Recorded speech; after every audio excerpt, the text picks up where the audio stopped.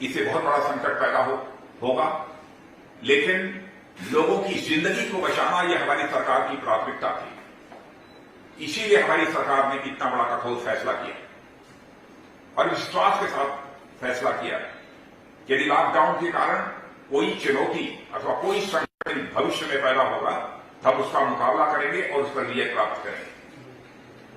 इस कदम से हम देश में कोरोना के बढ़ते प्रभाव को रोकने में बहुत हद तक सफल रहे। हालांकि इसकी वजह से कुछ कठिनाइयां भी हमारे सामने आई, पर हम तत्परता से उनका सामना करने में भी पूरी तरह से कामयाब रहे।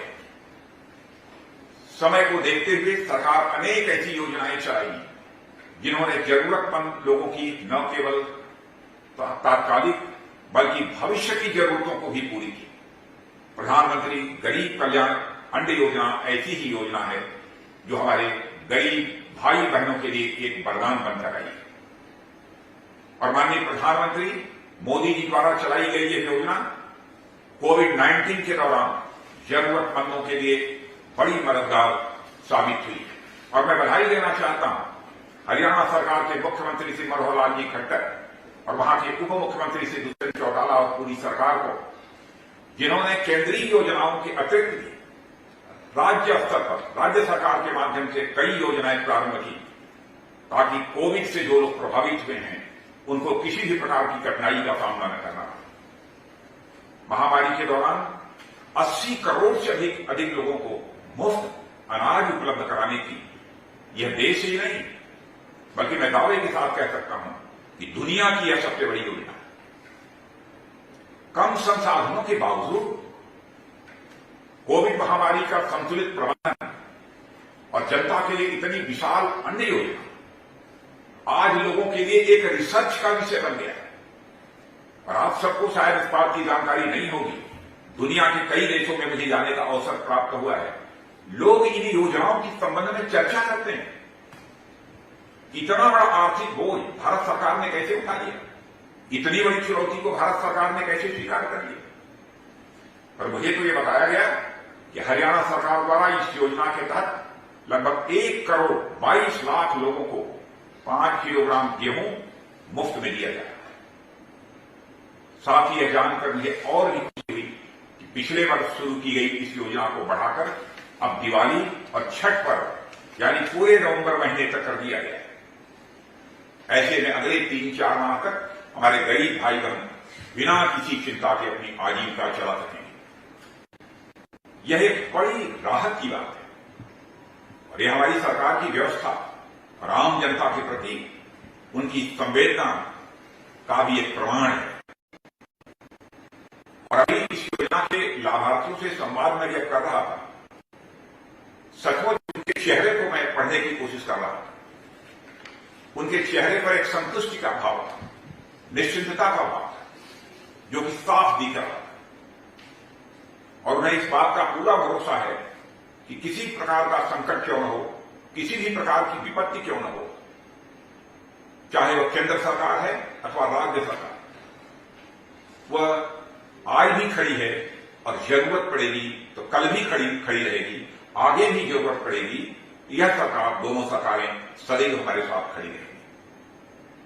साथियों, हरियाणा की यह भूमि सिंधु घाटी जैसी दुनिया की सबसे पुरानी और विशाल सभ्यता की यह धरती है। अपने इतिहास से लेकर वर्तमान तक, चाहे ट्रेड हो, टूरिज्म हो और कनेक्टिविटी हो, इन सारी चीजों में यह देश के अग्रणी राज्यों में से एक राज्य बन गया है, यह हरियाणा राज्य। मैं मुख्यमंत्री जी श्री मनोहर लाल जी खट्टर, आपको और आपकी सरकार को मैं बधाई देना चाहता हूं। यह सोचने वाली बात है कि देश के महज 1.5% लैंड होने के बावजूद केवल दुनिया भारत में जितनी जमीन है उसका 1.5% जमीन हरियाणा के पास है। इसके बावजूद यह राज्य कृषि उत्पादों में 15% से अधिक का योगदान दे रहा है। हरियाणा की जनता भी मुख्यमंत्री मनोहर लाल जी खट्टर बधाई की पात्र है और मेरा ये बधाई का संदेश हरियाणा की जनता तक पहुंचाया जाना चाहिए। कितना बड़ा कंट्रीब्यूशन इस देश के लिए हरियाणा की जनता का है, शायद हरियाणा की जनता को इस बात की जानकारी न हो। मुझे तो यहां की जमीन ही कुछ करिश्माई लगती है, क्योंकि हरियाणा से मैं अच्छी तरह परिचित हूं।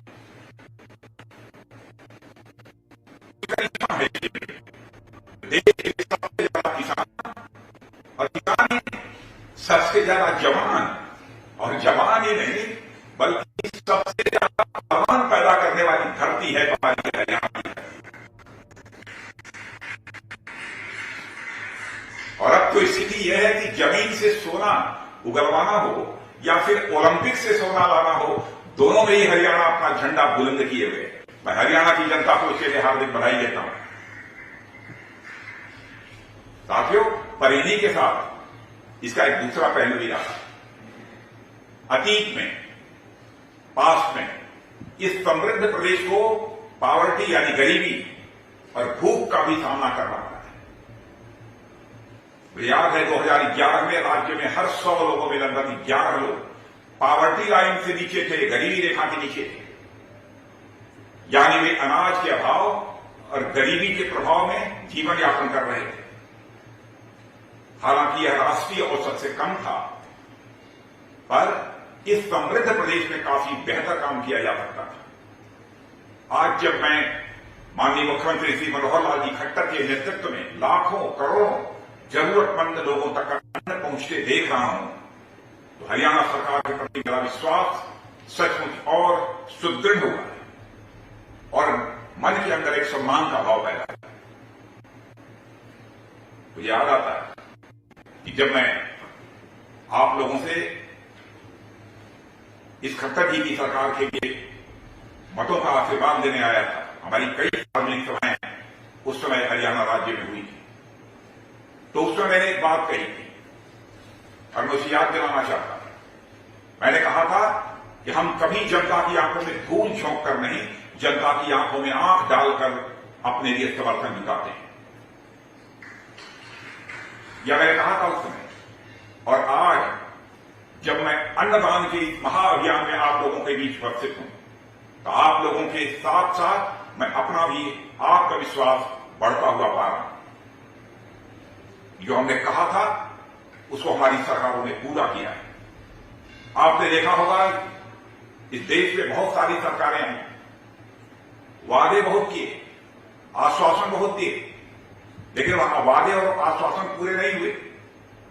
जनता में भारत की राजनीति और भारत के नेताओं के प्रति एक विश्वास का संकट पैदा हुआ।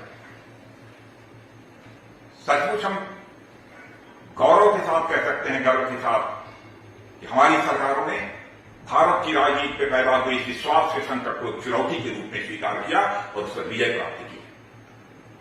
जो हमने कहा वो हमने करके दिखाया। मुझे पूरा विश्वास है कि हरियाणा सरकार ने 2030 तक जीरो हंगर यानी एक भी भूखा न रहे, इसका जो एक लक्ष्य रखा है उसे वह समय से पहले पूरा करें। मुझे जानकारी प्राप्त हुई है, शायद पूरा कर लिया। और इसका में one nation one ration card जैसे जो इनिशिएटिव्स लिए गए हैं उसकी एक अहम भूमिका है। साथियों, आज हरियाणा देश के उन राज्यों में से एक है जहां one nation one ration card के तहत पात्र परिवार किसी भी राशन डिपो से राशन प्राप्त कर सकते हैं। और अभी जो मैं जानकारी बात कर रहा था जिन हरियाणा वासियों से, उन्होंने बताया कि डिपो से हमको राशन प्राप्त करने में कोई कठिनाई नहीं होती। ये बहुत बड़ी बात है। हरियाणा राज्य में लगभग 6 लाख परिवारों को प्रतिमाह पोर्टेबिलिटी के माध्यम से राशन प्रदान किया जा रहा है। मतलब घर जाकर भी कुछ लोगों को राशन दिया जा रहा है। अभी मुख्यमंत्री मनोहर लाल जी जब बोल रहे थे उन्होंने बताया, सचमुच मुझे आश्चर्य हुआ और मुझे यह जानकर अच्छा लगा कि पिछले 1 साल में लगभग 17,000 अन्य राज्यों के परिवारों ने one nation one ration card के तहत राशन का लाभ प्राप्त किया है। साथियों, इस बात से इनकार नहीं किया जा सकता कि आजादी के दशकों बाद भी देश में गरीबी और इसी तरीके की अनेक समस्याएं कायम हैं और इन चुनौतियों के खिलाफ हमारे देश ने लंबी लड़ाई लड़ी। फिर भी हमें वह परिणाम नहीं मिल पाया है जो हमारे सामने होना चाहिए। इसलिए देश की सेवा का अवसर मिलने के साथ ही इन चुनौतियों से निपटने के लिए केंद्र और राज्य सरकारों द्वारा मिलकर अनेक कदम उठाए गए। अब तक जो कदम हमारी सरकारों ने उठाए हैं उनकी मैं चर्चा करूं तो घंटों का समय लगेगा। भारत जैसे फेडरल स्ट्रक्चर यानी संघीय ढांचे वाले देश में केंद्र और राज्य सरकारें एक दूसरे की पूरक होती हैं। हमारे यहां केंद्र राज्य सरकारें अलग अलग नहीं, बल्कि एक दूसरे के लिए दोनों सरकारें ये पूरक हैं, सप्लीमेंट करती हैं एक्शन। केंद्र कितनी भी योजनाएं बना ले, पर जब तक उसे राज्य सरकार का सहयोग नहीं मिलता है तब तक उसका क्रियान्वयन सफलतापूर्वक संभव नहीं हो सकता है। इसी तरह राज्य सरकारें ने कितनी योजनाएं बना ली, पर जब तक केंद्र का पूरा सहयोग नहीं मिलता उनका क्रियान्वयन भी वो मुश्किल हो जाता है। समन्वय यानी कोऑर्डिनेशन के इसी विजन के सामने रखकर हमारे प्रधानमंत्री नरेंद्र मोदी जी ने कोऑपरेटिव फेडरलिज्म नारा दिया, जहां बिना किसी भेदभाव के आपसी तालमेल से दोनों सरकारें आम जनता के हित में लगातार काम कर रही है। और इस मामले में मोदी सरकार और खट्टर सरकार की जोड़ी बधाई की पात्र है कि दोनों के समन्वय के कारण आम जनता के हक में लिए गए एक एक फैसले और योजनाओं का लाभ हरियाणा की जनता तक पहुंच रहा है। साथियों, मेरे हरियाणा के बहनों भाइयों, हरियाणा जैसा राज्य हो, अन्नपूर्णा उत्सव हो और उसमें हमारे अन्नदाता किसान भाइयों की बात न हो, यह संभव नहीं। जिस समय हमारा देश इतनी तेज गति से आगे बढ़ रहा हो, शिक्षा, स्वास्थ्य, सुरक्षा से लेकर आईटी, स्पेस जैसे क्षेत्रों में यह देश लंबी छलांगे लगा रहा हो, उस समय हमारे किसान भाइयों की गति वही सदियों पहले वाली ही रहती, ऐसा किसी भी सूरत में मंजूर नहीं किया जा सकता। हम बचपन से ही पढ़ते आ रहे हैं कि हमारा देश एक कृषि प्रधान देश है। जब कोई भाषण होता था पहले भी बार बार हम कहते रहे हैं कि हमारा देश एक कृषि प्रधान देश है, और यह भी हम कहते रहे हैं कि हमारे देश की अर्थव्यवस्था सबसे ज्यादा निर्भर करती है तो कृषि पर निर्भर करती है। पर जमीनी सच्चाई इससे काफी हद तक दूर हो चुकी है। आज हमारा देश कृषि प्रधान न होकर कृषक प्रधान देश होकर रह गया है। यानी जनसंख्या की दृष्टि से तो लगभग 60% आबादी कृषि पर निर्भर है, पर अर्थव्यवस्था में कृषि का योगदान लगभग 17% पर आकर सिमट गया है। यह हम सबके लिए बहुत बड़ी चुनौती है, चिंता का भी विषय है। पर पुरानी नीतियों के चलते हमारे देश की कृषि व्यवस्था धीरे धीरे घाटे का सौदा बनती चली।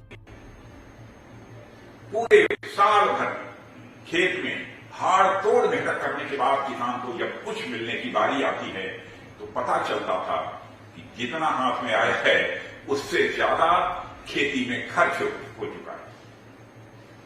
कई बार तो पता चलता था जितना हाथ में आया है उससे तो पूरी लागत भी निकल रही। कारण ये कि हमारे किसान भाइयों को अपने अनुसार अपनी फसल बेचने की सुविधा नहीं थी। उन्हें छोटी छोटी जोतों पर ही खेती करने के लिए मजबूर होना पड़ता था, या इसी तरह के कई और समस्याएं थी। इन सब से निजात पाने और देश के अन्नदाताओं की स्थिति और उनका जीवन स्तर सुधारने के लिए और उनकी आमदनी दोगुनी करने के उद्देश्य से हमारी सरकार ने कृषि व किसानों के लिए अनेक लाभार्थी योजनाएं लेकर आई है। साथियों, प्रधानमंत्री श्री नरेंद्र मोदी जी ने किसानों के कल्याण के लिए प्रधानमंत्री किसान निधि की, किसान सम्मान निधि की शुरुआत की, जिसके अंतर्गत सभी किसानों को 6,000 रुपये प्रतिवर्ष सीधे उनके खाते में दिया जा रहा है। करप्शन की कहीं कोई गुंजाइश नहीं है। जितना पैसा केंद्र से चलता है पूरा का पूरा पैसा आपके खाते में पहुंचता है। और मैं याद दिलाना चाहता हूं, एक बार इसी देश के प्रधानमंत्री श्री राजीव गांधी जी ने अपनी चिंता व्यक्त की थी, क्या करूं, 100 पैसा यदि मैं ऊपर से भेजता हूं, बामुश्किल लोगों तक 16 पैसा पहुंच पाता है। उस चिंता को हमारी सरकार ने चुनौती के रूप में स्वीकार किया। आज 100 पैसा यदि हम आपको भेजते हैं तो 100 का 100 पैसा आपके खाते में पहुंचता है। भ्रष्टाचार की कहीं कोई गुंजाइश नहीं है। इससे बढ़कर किसानों के प्रति संवेदनशीलता और क्या होगी। और और मुझे बताते हुए सचमुच खुशी है कि प्रधानमंत्री किसान सम्मान निधि के अंतर्गत पिछले 1.5 वर्षों में 50 करोड़ से ज्यादा बार यह निधि प्रदान की गई है। 50 करोड़ से ज्यादा बार यह निधि प्रदान की गई। हमारी सरकार द्वारा 3 कृषि कानून भी लाए गए, मगर इन कानूनों को पूरी तरह से मैं समझता हूं समझने की जरूरत है, लेकिन एक विरोध का माहौल भी पैदा किया जा रहा है। मैं समझता हूं किसान भाइयों को इसे समझना चाहिए। एमएसपी जैसी योजनाओं पर ऐसे भ्रम फैलाए गए जो बिल्कुल बेसिक है। पर मुझे ये कहते हुए अच्छा लग रहा है, मैं भी गांव का रहने वाला हूं, मैं भी किसान का बेटा हूं, हमारे घर भी खेती होती है। हमारे किसान भाइयों को धीरे धीरे अब सच्चाई समझ में आने लगी है। वे अपने लाभ हानि का कैलकुलेशन करने लगे और इन कानूनों से होने वाले लाभों को समझने लगे और किसान भाइयों की जिंदगी में आने वाली समस्याओं को भी एक किसान होने के नाते मैं अच्छी तरह समझता हूं। मेरे बहनों भाई, मैंने किसान विधेयकों को अच्छी तरह अध्ययन किया है और मैं कह सकता हूं विश्वास के साथ इसमें ऐसा कोई क्लाज नहीं है मेरी जानकारी में जो हमारे किसान भाइयों के हितों के खिलाफ। और तो मैं कहता हूं कि किसी को लगता है इन कानूनों में कोई ऐसा क्लाज है, कोई ऐसी धारा है जो किसानों के हितों पर चोट पहुंचाने वाली है, तो मैं पूरे विश्वास के साथ कहना चाहता हूं किसान भाइयों के साथ बैठकर हम बातचीत करने के लिए तैयार हैं। आज सरकार द्वारा फसल बीमा योजना में सुधार किया गया है। मिनिमम सपोर्ट प्राइस को 1.5 गुना कर दिया गया। कोई उठाकर आंकड़े तो देखिए, किसान क्रेडिट कार्ड से छोटे किसान भाइयों को सस्ते लोन की सुविधा दी गई है। 10 करोड़ से अधिक किसान परिवारों के बैंक खातों में 1.5 लाख करोड़ से अधिक की रकम, मैं फिर से दोहराना चाहता हूं, 1.5 लाख करोड़ से अधिक की रकम सीधे भेज दी गई। भारत के इतिहास में आज तक कभी नहीं। ये सभी कदम हमारे किसान भाइयों के सशक्तिकरण के लिए, उनको मजबूत बनाने के लिए उठाए गए। इसी तरह किसानों के साथ साथ श्रमिक भाइयों की स्थिति को देखते हुए भी, क्योंकि किसान के साथ साथ हमारे श्रमिक भाइयों की भी खेती बाड़ी में बहुत ही महत्वपूर्ण भूमिका होती है। पिछली वर्ष सरकार द्वारा मनरेगा में 40,000 करोड़ रुपए की बढ़ोतरी की घोषणा की गई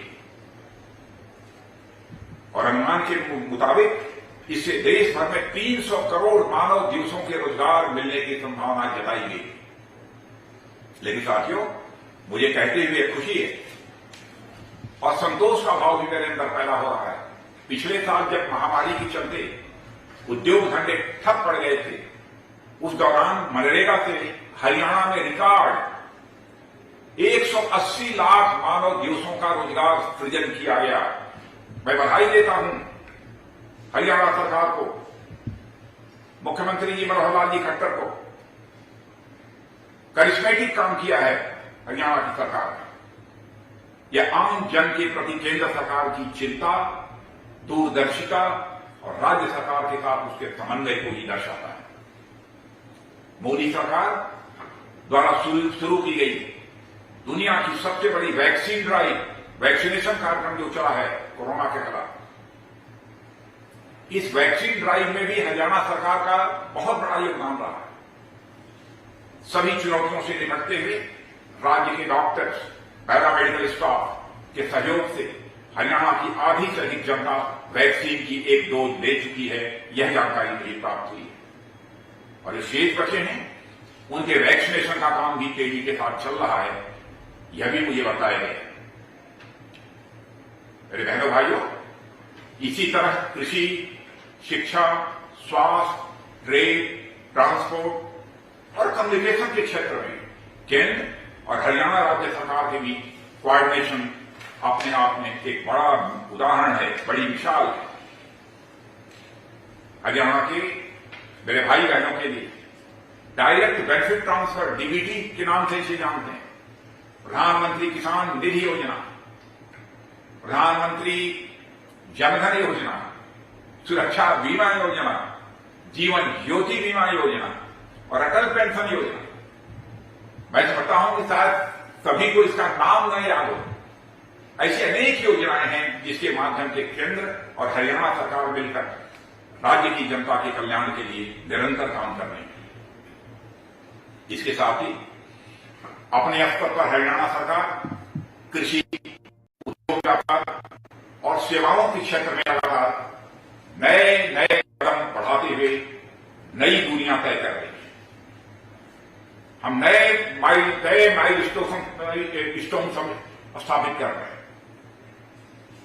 इन क्षेत्रों में सरकार के प्रयासों का यह परिणाम रहा है कि कोविड के इतने बुरे प्रभाव के बावजूद राज्य के इकोनॉमिक ग्रोथ यानी आर्थिक विकास की रिकवरी वी शेप में हुई है। यानी महामारी के दौरान जितना नुकसान हुआ था उससे कहीं अधिक गति से अर्थव्यवस्था पटरी पर लौटी है। यह कोई छोटी बात नहीं है। यदि कोई भी अर्थशास्त्र का जानकार होगा तो इसकी हकीकत को समझ सकता है।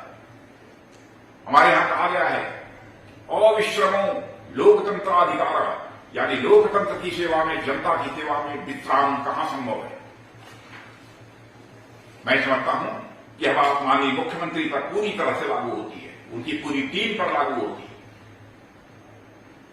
साथियों, आज जब हमारा देश अपनी आजादी का अमृत महोत्सव मना रहा है और शताब्दी वर्ष के लिए नए नए संकल्प ले रहा है, मैं देख पा रहा हूं उन संकल्पों को पूरा करने में हरियाणा अपना बहुत बड़ा योगदान देने वाला है।